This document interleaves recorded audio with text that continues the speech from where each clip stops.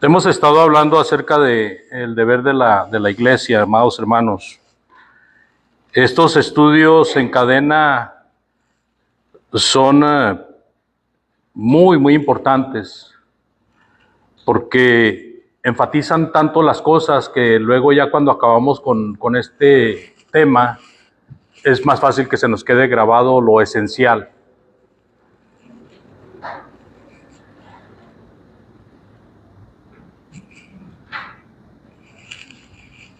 Y en cada uno de los temas que estamos viendo acerca de aquello que nos ha dividido, especialmente a partir del siglo pasado, a mediados, en los 50, en los 60, hermanos, sobre una división horrible de la iglesia de Cristo.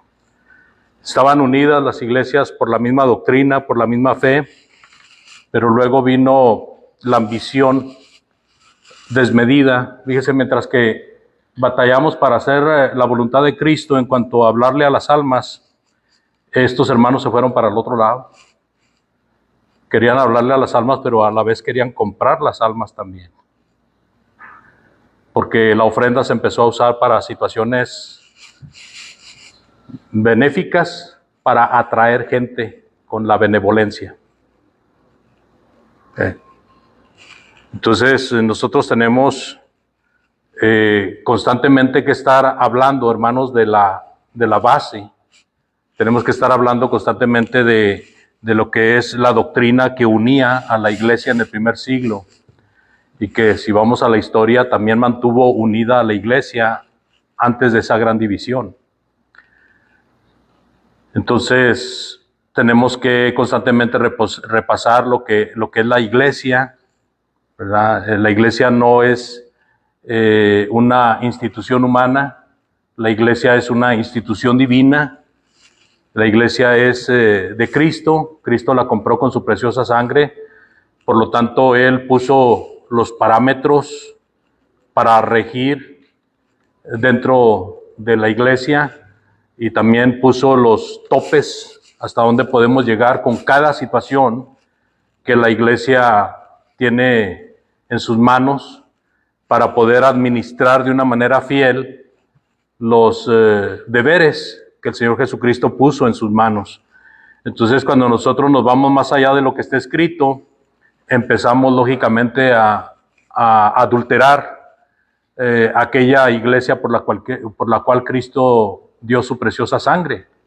Y entonces llega un momento en que ya la iglesia de Cristo pues está en pecado, está distorsionada y nos encontramos en la situación de que puede llegar el momento en que el Señor retire el candelero de ahí, como lo hizo en las iglesias de Apocalipsis, advirtiéndoles de que si no se componían, iba a quitar el candelero de ellas. El candelero quiere decir, el Espíritu de Dios ya no iba a estar ahí.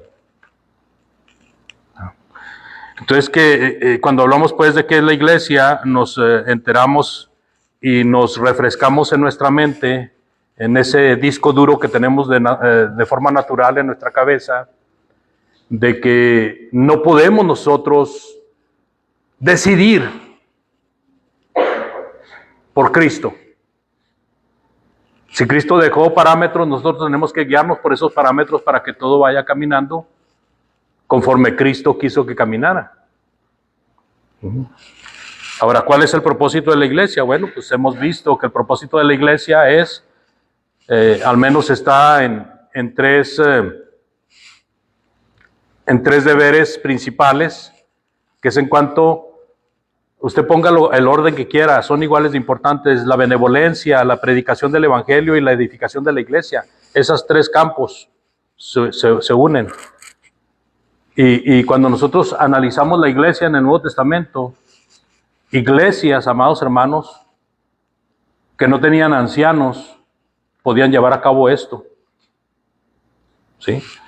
Iglesias como aquí en Watkins, que no tenían evangelista, también podían estar haciendo esto. ¿Por qué? Porque aquí está la Escritura.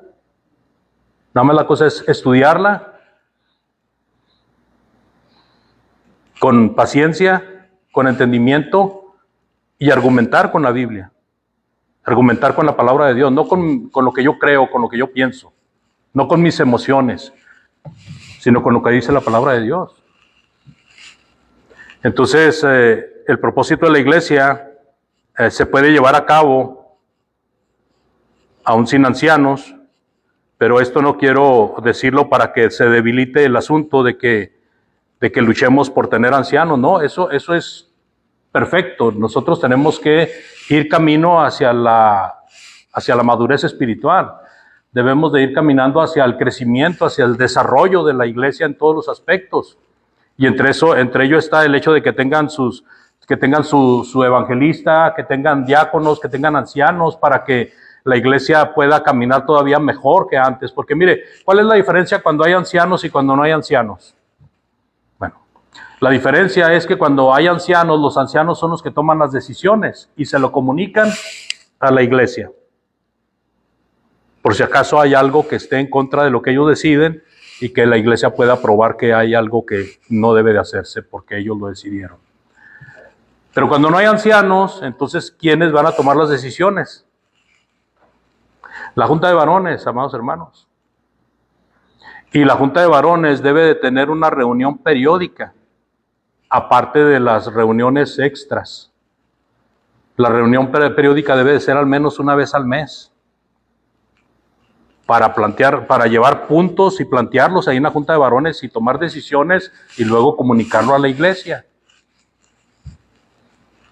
¿Sí? Pero debe haber una reunión periódica, al menos una vez al mes. También debe haber una reunión al mes para dar el total de la ofrenda que se ha hecho, que se ha gastado. O sea, un informe. Pero todo esto yo pensé que ya estaba aquí en esta iglesia. Yo veo que no. Yo veo que no. ¿Verdad? Lo que yo he visto, y me disculpan si estoy viendo mal, lo que yo he visto es que se hacen junta de varones, pero cuando se tiene que tomar alguna decisión que se presenta en el momento, ¿verdad? Pero no hay una reunión periódica. Sí. Entonces, yo creo que estaría bueno juntarnos los varones y decidir hacer una junta periódica cada mes. Y en el trayecto de mientras llega la junta, ir acumulando puntos para tratarlos. Y si son demasiados puntos, se pueden tratar 2, 3 puntos a la vez. O sea, en una reunión. Pero la cosa es que la iglesia necesita ir creciendo. Necesitamos tomar acuerdos que sean en beneficio de la iglesia. Que sean acuerdos para que la iglesia pueda llevar a cabo las 3 responsabilidades: predicar el evangelio, la benevolencia, la edificación de la iglesia. ¿Sí? Ahora, ese es el propósito de la iglesia, amados hermanos, en la tierra. Vamos a ver que la iglesia, a pesar de todo, si no tiene, aún si no tiene evangelista, la iglesia puede llegar a hacer la función. Yo he oído mucho, hermano, aquí, he oído 2, 3 veces que dicen, es que la iglesia puede seguir caminando y no necesitamos de alguien que venga de afuera. Pero hay que organizarse, ese es el punto. Si no hay organización, hermanos, no, la iglesia va a estar cada vez de mal en peor. Entonces hay que organizarse. Entonces hay que hablar, por ejemplo, del evangelismo, que es una función constante en la iglesia. La iglesia debe estar constantemente predicando el evangelio, hermanos. Y una de las situaciones que la iglesia debe corregir, y no me refiero a esta iglesia ahora, sino que me refiero a todas las iglesias en cualquier parte, porque es un mal común, de que la iglesia debe de estar bien unida primero. Segundo, hacer planes. Tercero, extenderse a los demás. Muchas veces cuando la iglesia no está unida y se quiere extender a los demás, el resultado puede ser caótico. Porque si alguien es atraído y seducido por el evangelio, va a ver cómo está funcionando la iglesia y así va a crecer. ¿Sí? Faltando a las reuniones, llegando tarde, siendo desordenado, no interesándole tanto el plan de la iglesia porque no hay ningún plan, pues al fin y al cabo. ¿Sí me explico? Y luego hay hermanos que fallan 2, 3 veces o hasta un mes a veces, y vienen y se les da participación. Eso no es amar las almas, hermanos. La iglesia necesita estar unida y también necesita practicar constantemente, hermanos. Hebreos capítulo 3, versículo 13. Pero ¿cuándo lo hace? Cuando uno está siguiendo las cosas de Dios. Es cuando uno practica eso. Pero si uno no está siguiendo las cosas de Dios bien, uno tiene temor, porque luego dicen, pues si yo hago eso, luego se me van a venir a mí encima. ¿Por qué? Porque no estoy haciendo las cosas bien. ¿Sí me explico? Pero cuando nosotros nos ponemos firmes con Dios, tenemos toda la autorización de parte del Señor para hacerlo. ¿Cómo dice ahí, hermano Antonio, por favor? Hebreos 3:13. Hebreos 3:13.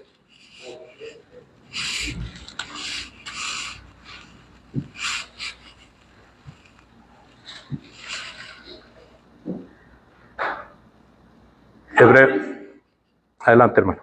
Antes exhortados los unos a los otros cada día, en tanto que se dicen hoy, para que ninguno de vosotros se endurezca por el engaño del pecado. Por el engaño del pecado.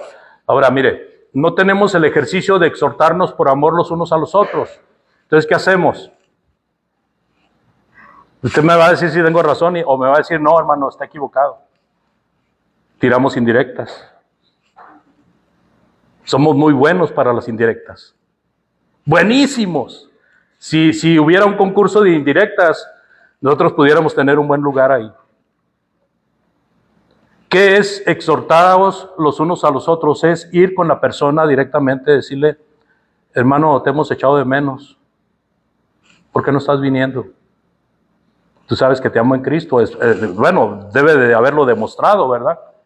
Porque si también llega de buenas a primeras a tratar de corregir a alguien y nunca ha tenido una atención para esa persona, pues la persona se va a cerrar. Pero si usted le ha demostrado su simpatía, su amistad, su amor, su cariño, la persona lo puede escuchar con toda atención. Y usted le está llamando la atención de una forma correcta. Y no está desordenando nada, ni está alterando nada, ni está usted alterado con la persona. ¿Por qué? Porque se ejercita en ello. Usted se ejercita en ello.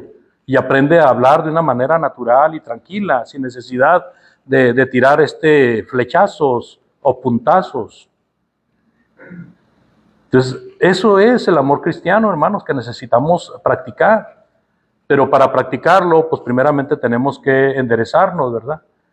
Luego ya que pensemos que estamos caminando bien con Dios, pues entonces tratar de animar a nuestros hermanos para caminar bien con Dios.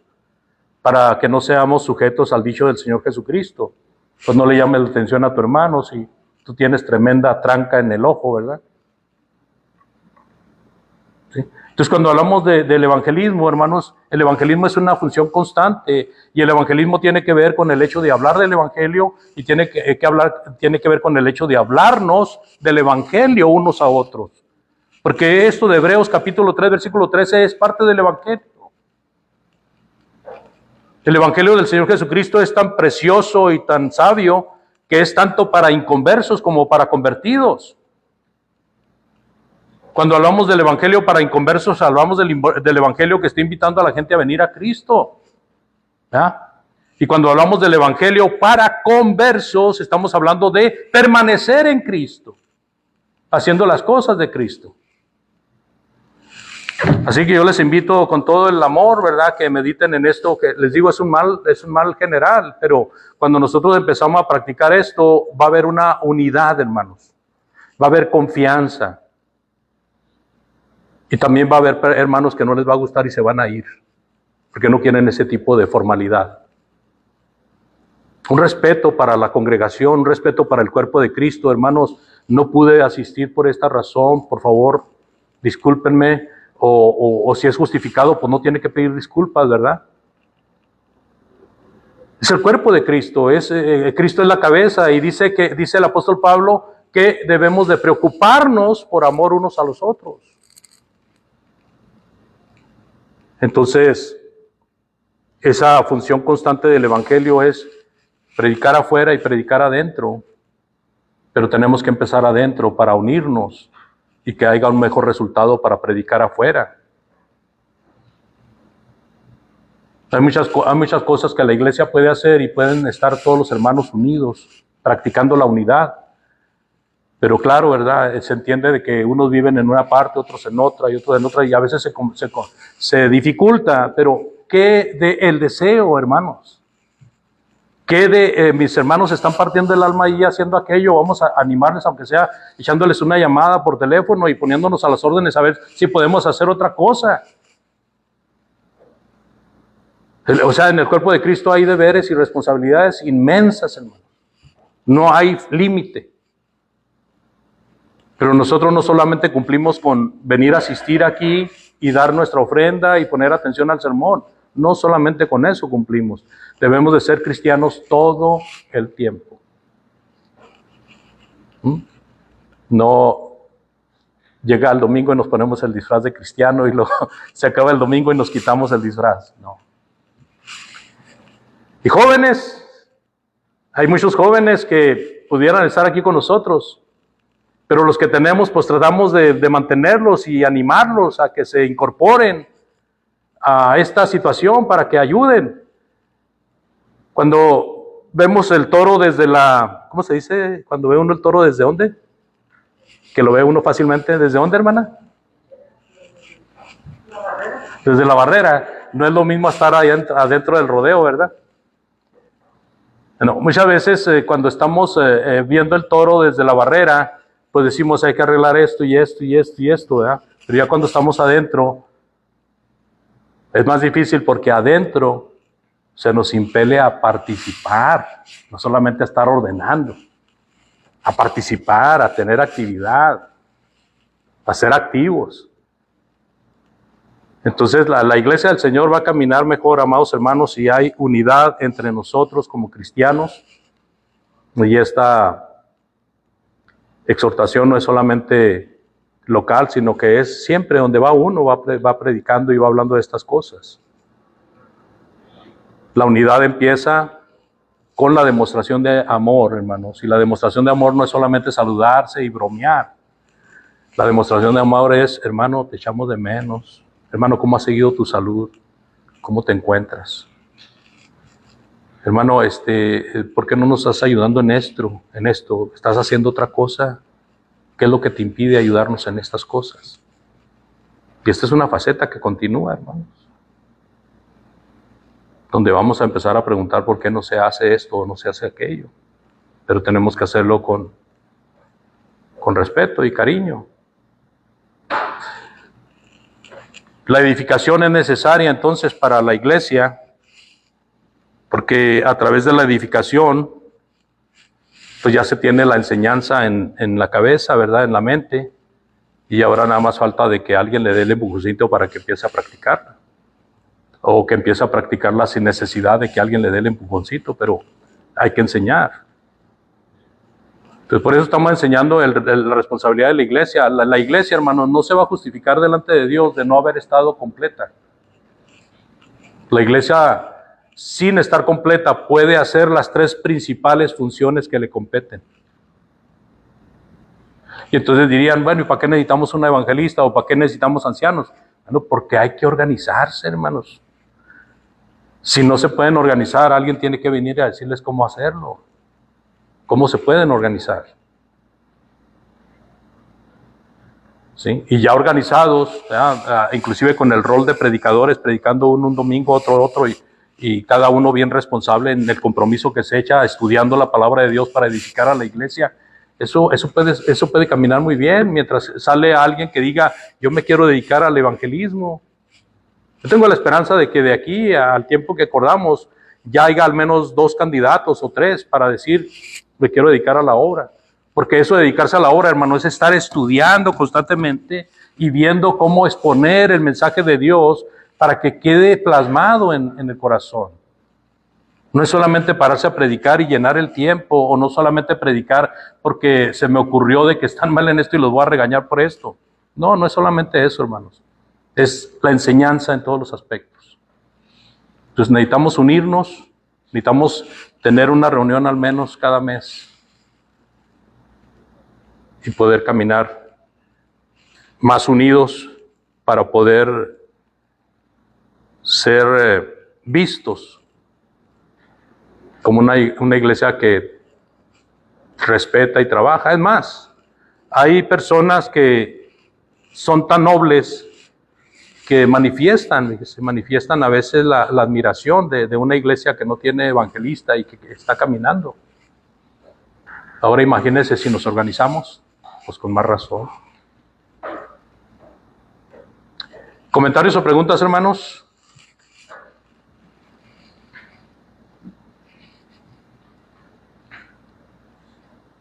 Bueno, voy a hacer una Adelante, hermano. Hablando de la organización, siempre he escuchado, ¿verdad?, que a veces comentarios aquí que te dicen, no, aquí hay hermanos que pueden calificar para ser ancianos, pero estando allá, los hermanos de la 43, que era lo que más le preguntaban, porque todas las iglesias de Cristo hispanas no tienen ancianos, y usted les dio la respuesta y dice, ¿cómo es que primero quieren comenzar de arriba para abajo, teniendo ancianos cuando no tienen un evangelista, no tienen un maestro, no tienen predicadores?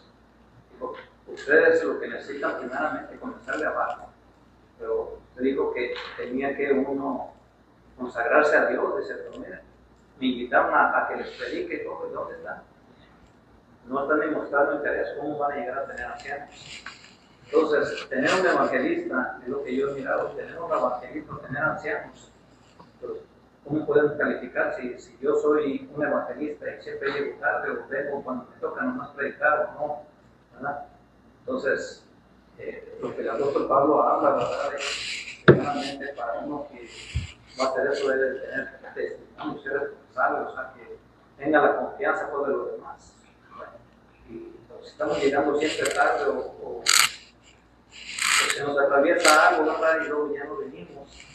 Pues, ¿qué testimonio estamos dando acá arriba a los hermanos o a los demás? Se tiene que estar hablando, tiene que haber una organización y tiene que haber disposición, ¿verdad? Que va a hacer eso es porque ama la obra, que no está vacilando. Sí, el hermano Salvador hace referencia a una iglesia que me invitó para tener una clase de varones, la cual estuvimos llevando por un periodo de 4 meses. Y una de las preguntas que surgió en una de las últimas exposiciones fue que por qué la mayoría de las iglesias latinas no tienen ancianos. Entonces la respuesta fue, primeramente, las iglesias latinas son más jóvenes que las iglesias norteamericanas. Hablando de la iglesia de Cristo, tenemos que reconocer que somos más jóvenes que las iglesias norteamericanas. ¿Por qué ponemos ese contraste? Porque la iglesia norteamericana, la mayoría tiene ancianos. Bueno, esa es una. La otra es porque somos muy peleoneros. Somos muy pícale la punta. Nos saludamos y nos sonreímos y todo, pero no hay un amor agape, hermanos. Y por eso somos muy peleoneros. Está una iglesia apenas agarrando vuelo, ¿verdad? 40, 50 miembros y ¡pus! Se hace una división y se va la mitad para un lado y la mitad para el otro. O la mitad se queda. Entonces ahí ya trajo atraso a los planes de la iglesia. Si alguno de los que se fue a lo mejor era uno de los candidatos, pues ya no lo tenemos con nosotros. Segundo, no podemos decir que vamos a estudiar del libro de Apocalipsis si no sabemos ni siquiera qué es el Evangelio. Entonces, iglesias que no tienen ni siquiera evangelista, pues no pueden estar pensando en que vamos a tener ancianos a como dé lugar. Lo primero que necesitan es al menos maestro o evangelista que esté dedicado a la obra, completamente, o al menos de medio tiempo, pero que esté una persona que tenga más estudio que los demás para poder ayudar en los problemas doctrinales. Y entonces esa era la cuestión, ¿verdad? Nosotros aquí estamos hablando de la organización de la iglesia, pero sabemos que lo primero es maestros y evangelistas y después ya los ancianos. Eso lo tenemos bien claro. Pero esa es la situación. Aún sin los ancianos podemos organizarnos. Todo es cosa de que queramos hacerlo. Hermano Antonio.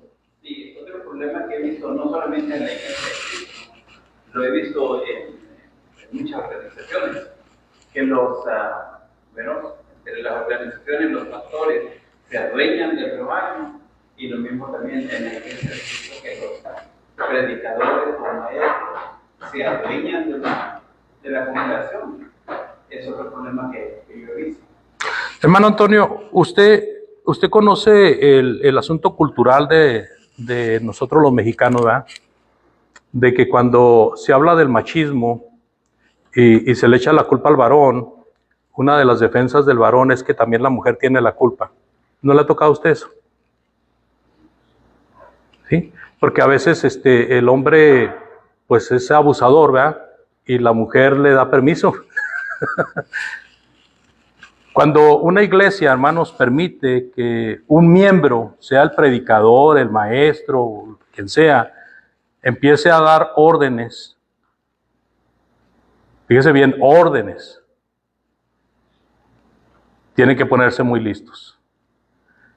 Pero si una persona les está hablando de la palabra de Dios y cómo puede organizarse, es diferente.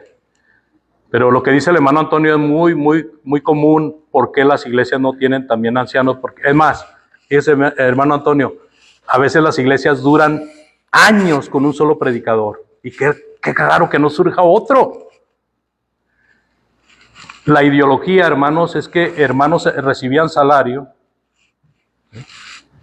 Y entonces, como querían seguir recibiendo ese salario, les importunaba en su cabeza preparar a otra persona para que fuera evangelista. ¿Por qué? Porque van a tener esta persona y yo me voy a quedar sin trabajo. ¿Se fija? Por eso hay la situación de que los evangelistas llegan a convertirse en los dueños de la iglesia, como los pastores sectarios. Y la escuela institucional, la iglesia institucional, manda miembros de la iglesia que van y se preparen como predicadores. ¿Y cuál cree que traen la mentalidad del colegio Baxter o del colegio de Tijuana o de Mexicali o de Torreón? ¿Cuál mentalidad cree que trae una persona que va y se prepara en esas escuelas? Hermanos, soy egresado de la escuela de predicadores de Torreón, Coahuila, y soy certificado por el Espíritu Santo. Así de que de aquí en adelante, pues yo soy el que les voy a estar enseñando y pues van a tener que seguir mis instrucciones para que la iglesia camine bien. ¿Y cuándo dijo que era cristiano? ¿Mande? Con un doctorado. Con un doctorado. En teología, sí, hermana. Y lo dicen que Juan era teólogo. Además, hay versiones que dicen que Juan el teólogo.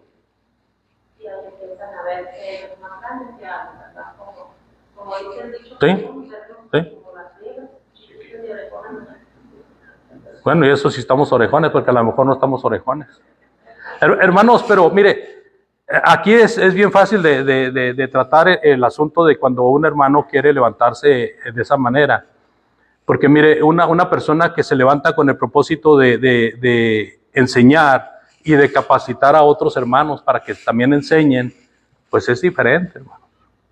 Porque ese es el orden bíblico. Por eso cuando ustedes me invitaron a predicar hace 2 años, cerca de 2 años, y el tema era acerca de... ¿Cómo era el tema, hermano Antonio? ¿Se acuerda? Unión y trabajo en conjunto, algo así.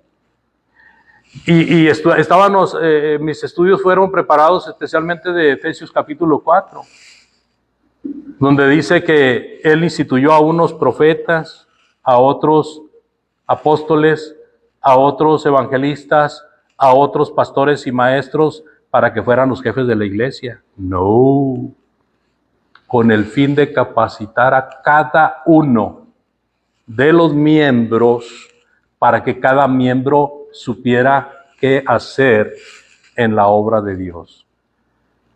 O sea, los oficios en la iglesia no son para mandar ni son para ser jefes. Los oficios en la iglesia son para ayudar a los demás a que se activen, para que hagan su parte que les corresponde en el cuerpo de Cristo. Y de esa manera, bien unidos y bien concertados, podamos llegar a la plenitud de aquel que murió por nosotros. Entonces no hay jefes en la iglesia, hermano. Mire, los ancianos pudieran ser jefes, porque uno de los ejercicios de los ancianos, ¿qué es? Bueno, son 3 ejercicios de los ancianos. ¿Cuáles son? ¿Me pueden decir? Supervisar, que es episcopos, que viene de obispo, supervisar. Alimentar, de pastor, ¿verdad? Apacienta mis ovejas. Bueno, supervisar es episcopos. Presbúteros, hermano. Anciano. Se fija, mire, las 3 actividades de un anciano es que va a estar supervisando, que es sobreviendo. La otra es dar el alimento propio, apacentar la grey. Como dijo el apóstol Pablo a los ancianos cuando los mandó llamar de Éfeso. Y la tercera es presbúteros. La palabra anciano como oficio es símbolo de madurez, símbolo de experiencia. ¿Ok? Entonces esas 3 funciones deben de estar en el que es anciano de la iglesia. ¿Ok? Pero verdad que no está el hecho de que no pueda funcionar la iglesia, de que pueda hacer la función de edificar, de ser benevolente y de predicar el evangelio. Esas 3 funciones las puede hacer un cristiano, fíjese bien. Y lo puede hacer una iglesia aún sin tener ancianos. El asunto es que cuando se tienen los ancianos al ejercer estas 3 funciones que les corresponden a ellos, pues lógicamente que son nuestros guías. ¿Sí me explico? Lógicamente que son nuestros guías. Y dice el escritor a los hebreos, sujetaos a los ancianos, sujetaos a los pastores, porque velan por ustedes. ¿Sí? Entonces, la situación es que siempre en la congregación, amados hermanos, debe de haber alguien que vaya guiando. Si no hay guía en la congregación, es una anarquía. ¿Sí saben lo que es una anarquía? ¿Qué es una anarquía? ¿Alguien sabe?